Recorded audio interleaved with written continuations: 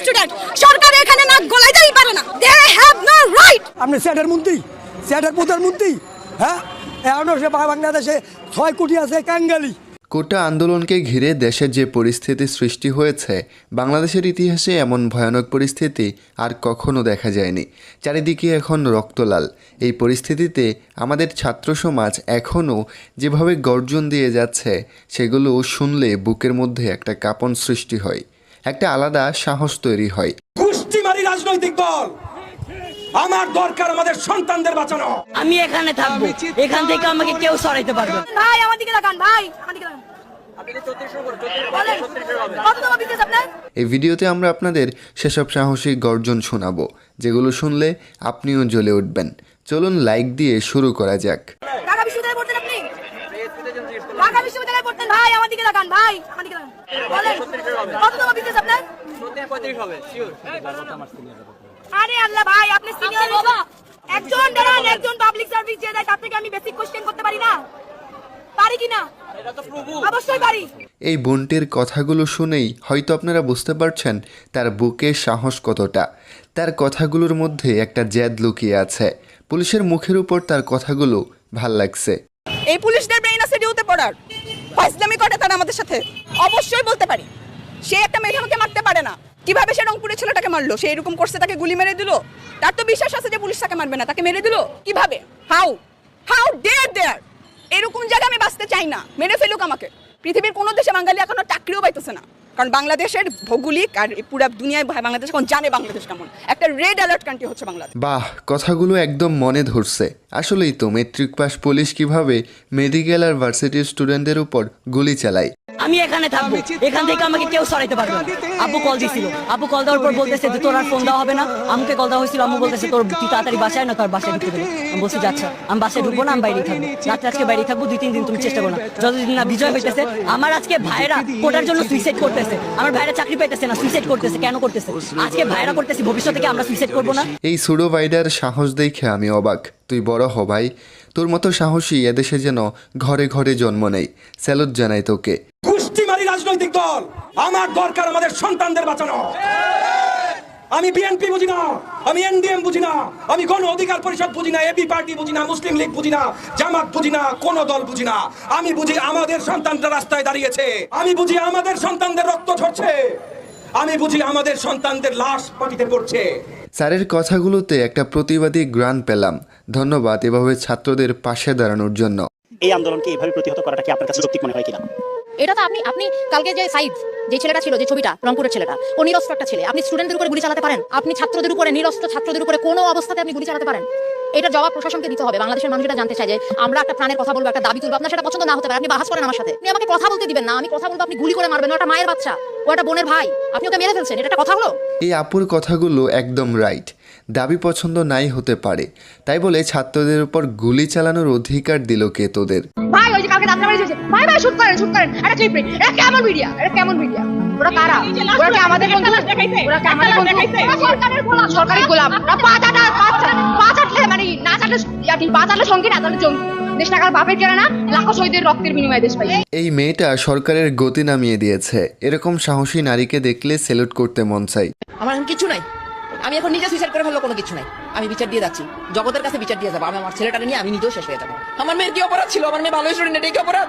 আমার মেয়ে মেধাবী, এটাই কি তার অপরাধ ছিল? আমার মেয়ে ডিপার্টমেন্টে ফার্স্ট ছিল, এটাই কি তার অপরাধ ছিল? আমার মেয়েটা বিমান বাহিনীর দিদি পাইলটে ছিল, এটাই তার অপরাধ ছিল? আমি গত বছর আমার হাজবেন্ড হারাইছি, আজকে বুঝে আমি মেয়েটা হারাইলাম। এই ভিডিওটা আমাকে অনেক কষ্ট দিয়েছে। এই মায়ের বুকটা খালি হয়ে গেল, খুবই কষ্ট পেলাম। আমায় অনেক বড় ডিগ্রি দিছে মা, বইতে নাহি পারি, এই ডিগ্রি বড় ভারী, মাগো বইতে নাহি পারি। বই সাঁঝের গাড়িতে, মাগো সাঁঝের গাড়িতে। আর এই ভিডিওটা দেখলে বোঝা যায় ছাত্র সমাজ যদি একবার রেগে যায় তাহলে কতটা ভয়ঙ্কর পরিস্থিতির সৃষ্টি হতে পারে। স্টুডেন্টরা কেন বলবে? এটা কেমন কথা?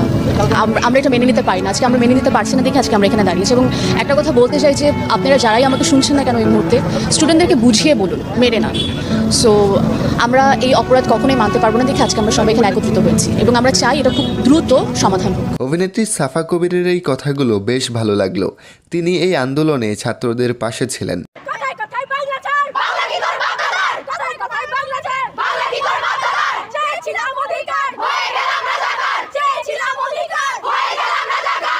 সাহসী নারীদের এই স্লোগানগুলো যে কারোর রক্ত গরম করে দেবে। তাদের স্লোগানে প্রতিবাদের গন্ধ পাওয়া যায়। আপনি স্যাটের মন্ত্রী, স্যাটের প্রধানমন্ত্রী, হ্যাঁ এখনো সে বাংলাদেশে 6 কোটি আছে কাঙ্গালি, আর আপনি কোন গরিব নাই। রাস্তায় নামে একদিন ঘুমাইয়া দেখেন, ঘুমাইয়া দেখেন। তাছাড়া ধরে তো পলানের রাস্তা পাবা না। ওই কাকা কইছো না, পাবা না পলানের রাস্তা। আর যাই হোক, চাচার এই কথাগুলো আমার সবচেয়ে বেশি ভালো লেগেছে। তার কথাগুলো 100% সত্য। না মেনে উপায় আছে? আমি একজন মুক্তিযোদ্ধা হিসেবে আমাকে অনেক সম্মান দেখিয়েছে। আমার মুক্তিযুদ্ধের সার্টিফিকেট ওকে দিব, ওই জন্য কালকে নিয়ে যায়। আচ্ছা, কিসের সার্টিফিকেট? মুক্তিযুদ্ধের। কিসের মুক্তিযুদ্ধ? আর মুক্তিযুদ্ধ হয়েছিল? তুমি আমার মহান মুক্তিযুদ্ধ সম্পর্কে উল্টা পাল্টা বলবো না। চুপ করো। মুক্তিযুদ্ধ যদি হইতো আর সত্যি যদি মানুষের মুক্তি হইতো, তাহলে তোমার সার্টিফিকেট দেখে আমার চাকরি নিতে হইতো না। এতে ফার্স্ট ক্লাস পাওয়ার পর 5 বছর ধরে গর্বে করে বলেছি। ওই থাম না, মুক্তিযুদ্ধটা এখন করবো। এই কি বলিস? প্রয়াত চিত্রনায়ক মান্নার 2001 সালের এই ছবির কথাগুলো 2024 সালে এসে 100% মিলে গেল। আমরা কেন হল ছাড়বো? আমরা স্বায়ত্তশাসিত প্রতিষ্ঠানের স্টুডেন্ট।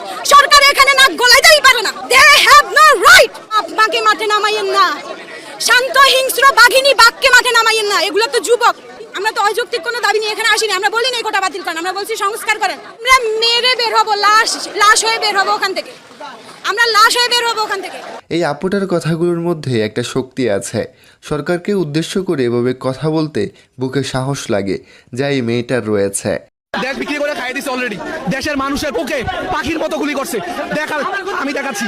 এই দেখেন, মাথায়, হাতে, এই হাতে বুকে আছে গুলি এমন ভাবে করছে।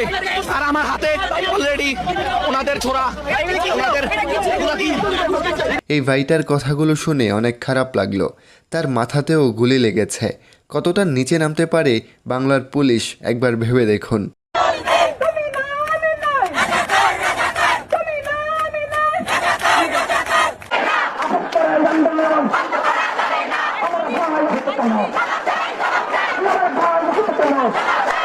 এই বোনটি যদিও এখন আমাদের মাঝে নেই, তবুও তার সাহসী কথাগুলো রয়ে গেল আমাদের মাঝে। দোয়া রইল আপনি ভালো থাকবেন।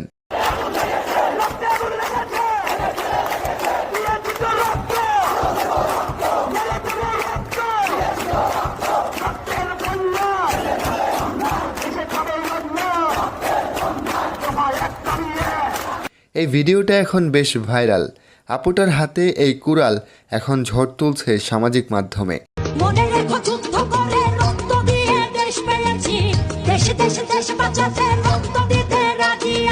হাজার হাজার পুলিশের সামনে দাঁড়িয়ে এই ভাইটার গর্জনগুলো কতই না সাহসের। প্রতিটা মায়ের বুকে যেন এমন ছেলে জন্ম নেই।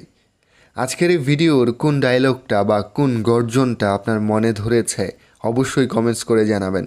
দেখা হচ্ছে পরের ভিডিওতে। ধন্যবাদ সবাইকে।